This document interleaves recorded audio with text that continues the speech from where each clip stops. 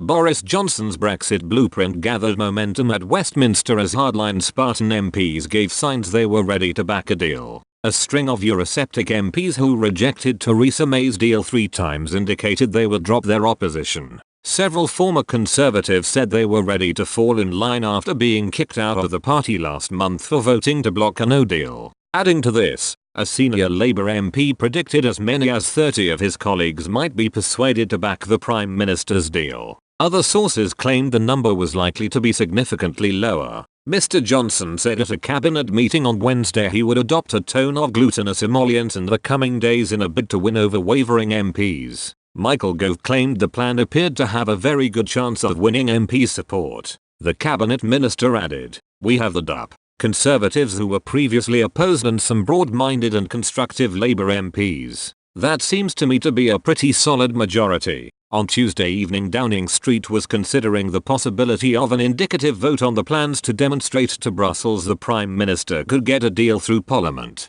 The change in mood came as Mr. Johnson outlined his plans to the Commons for the first time on Wednesday. He told MPs that his plans were a genuine attempt to brighten the chasm. Mr. Johnson's blueprint received hostility from Dublin and a muted reaction from Brussels. Downing Street received signs many of the 28 hardline Brexit Spartans, who's helped block Mrs May's deal, appeared to be ready to back down. European Research Group Chair Steve Baker said Eurosceptics could now glimpse the possibility of a tolerable deal. Former Minister Steve Brine, one of 21 Conservative Remainers kicked out last month, told Mr. Johnson, "Those who want to avoid no deal, like me, like him, now need to do the right thing and vote for a deal." Another of the exiled Remainers, Alistair Burt, said a deal now seemed to be achievable. Former Tory Minister Nick Boles, who quit the party over Brexit earlier this year, claimed Mr. Johnson's deal was flawed, but he added, "Above all, I want to see the UK leave the EU with a deal,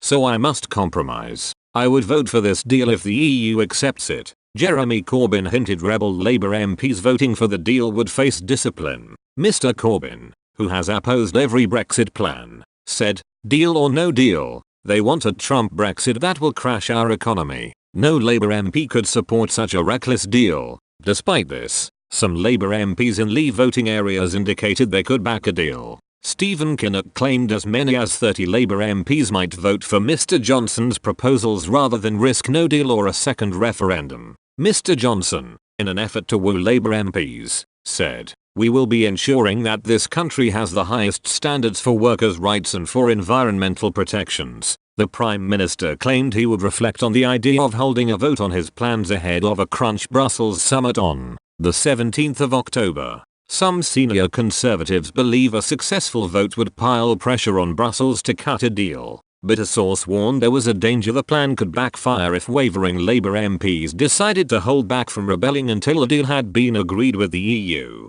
An insider told the Mail Online, "It will be hard to persuade Labour MPs to get on board. Why ask them to do it twice?"